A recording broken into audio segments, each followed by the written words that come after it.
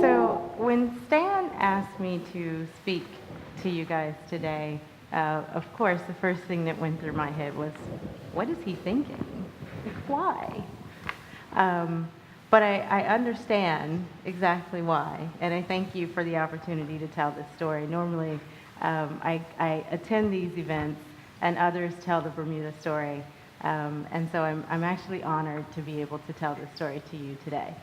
And truthfully speaking, I did not know exactly how I was going to tell this story until last night. I met a young man named Rico in the back of the room, and I believe he said to me, "Oh, so you're going to talk about the who, what, why, when, and where of this initiative." And I thought about that, and I said, "Yes, that's exactly what I'm going to do." So I'm going to tell this story in that sort of format. And so I'll talk about who, when, what, why, how, not necessarily in that order, and I may revisit some of those during the course. So who are the players in the Bermuda story? So I would say the primary cast is Premier Burt, obviously, Minister Keynes, also known as the Minister of Blockchain. We had a fantastic government team.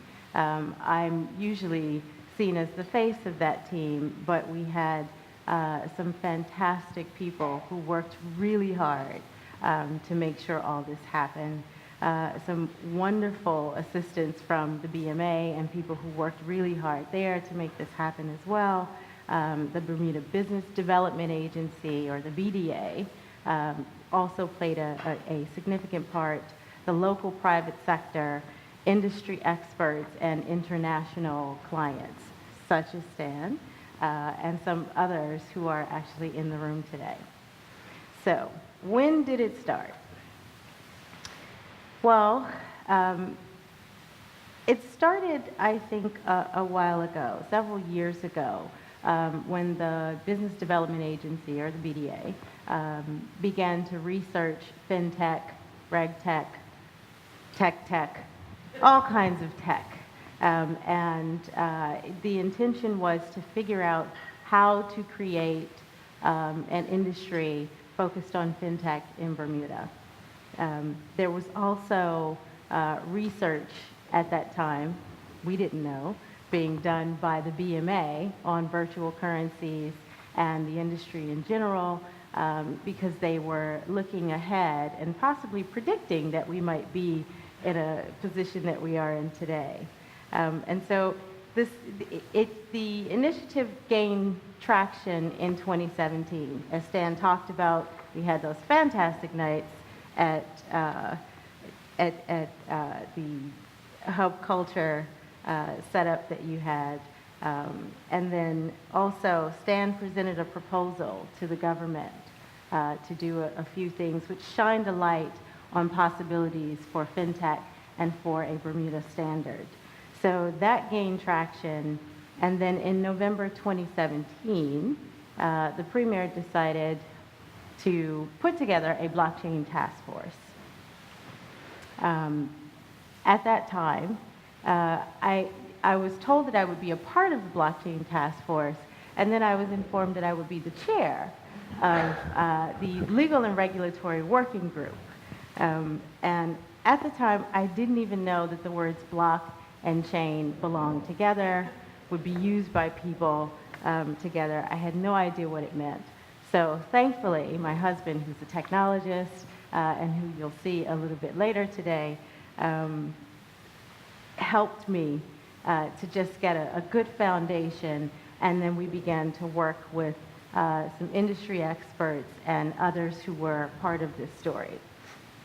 And we delivered legislation in April, May, and July, key pieces of legislation in relation to the FinTech initiative. And we're still working on building the infrastructure for this and creating this ecosystem. So that goes into the what. What are we doing? We're creating an ecosystem for innovation and technology. We already have an infrastructure for more traditional lines of international business, reinsurance and insurance, trust and private client services, fund management. We obviously have a world-class regulator in the BMA.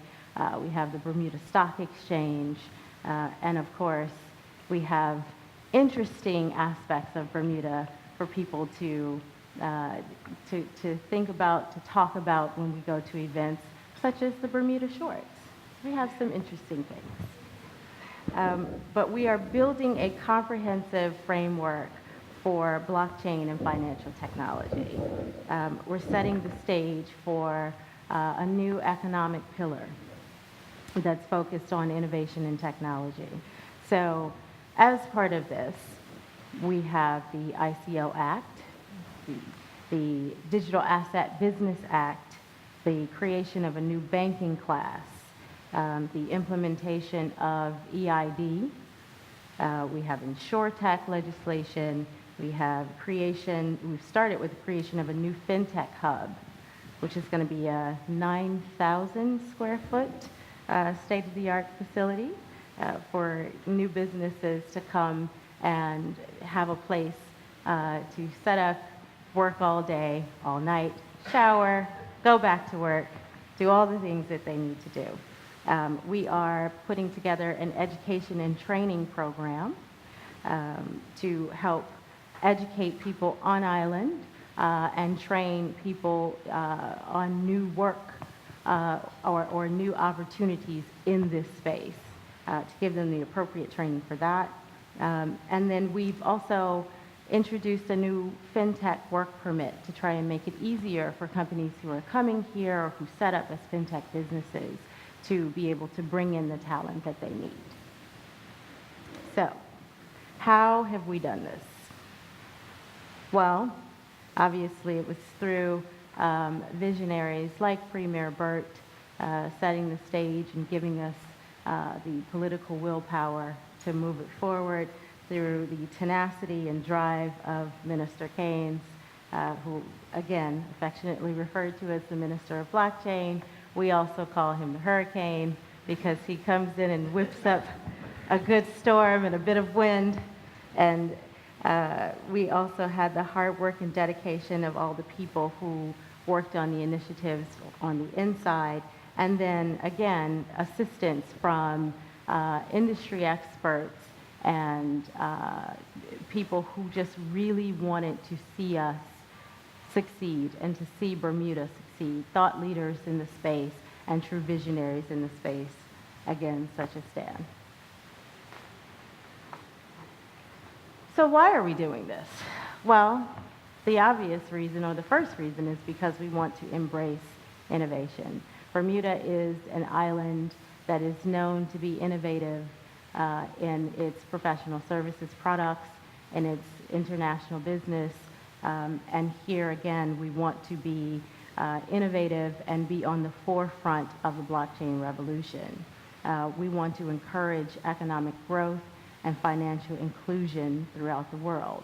We want to make sure that small countries like Bermuda are recognized as having the same sovereign right to govern ourselves and to compete in the global market as other larger countries.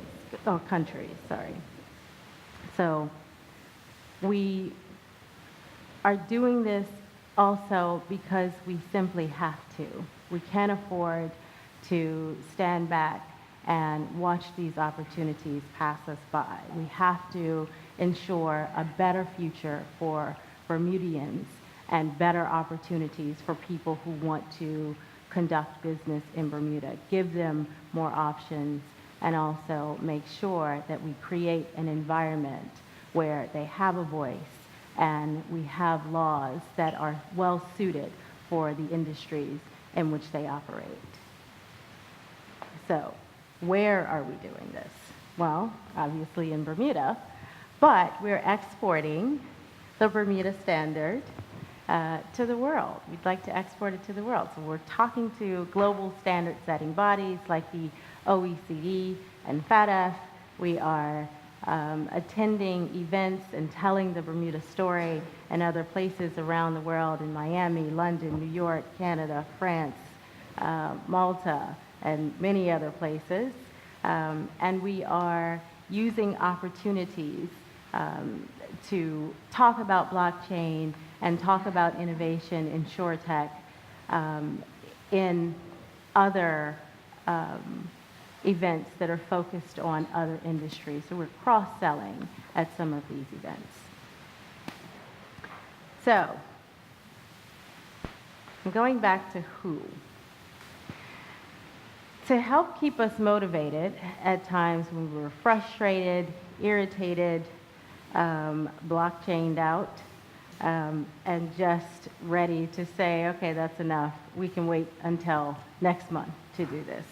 Minister Keynes would say, somebody's going to make a movie about this. I know who's going to play me. Who's going to play you? And what are they going to say about you?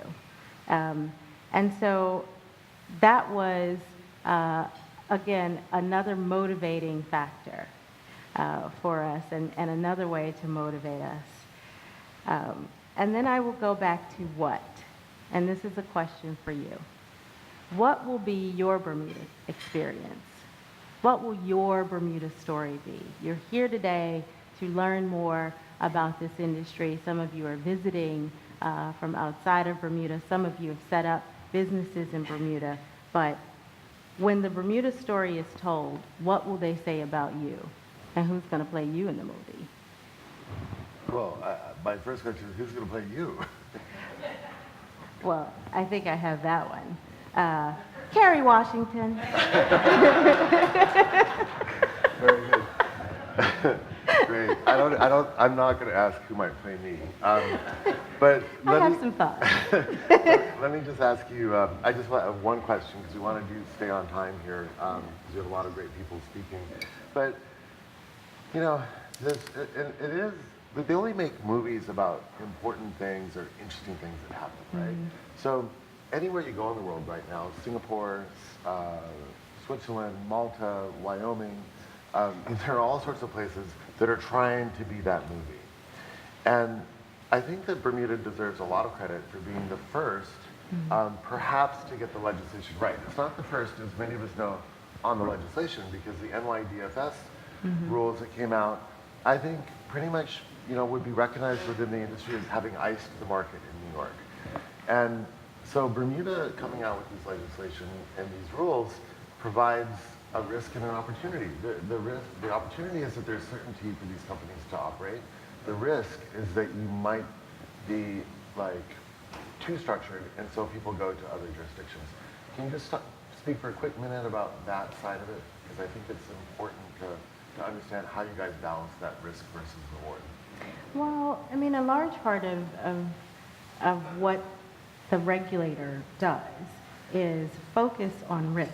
I mean, it's risk-based regulation. That's the approach that the BMA takes. And I think that from the government perspective, we took some calculated risks. We understand that there are reputational issues associated with digital currencies in particular. We understand that there's also a risk of introducing new business to Bermuda in an emerging industry that hasn't yet, truly been proven on a global scale.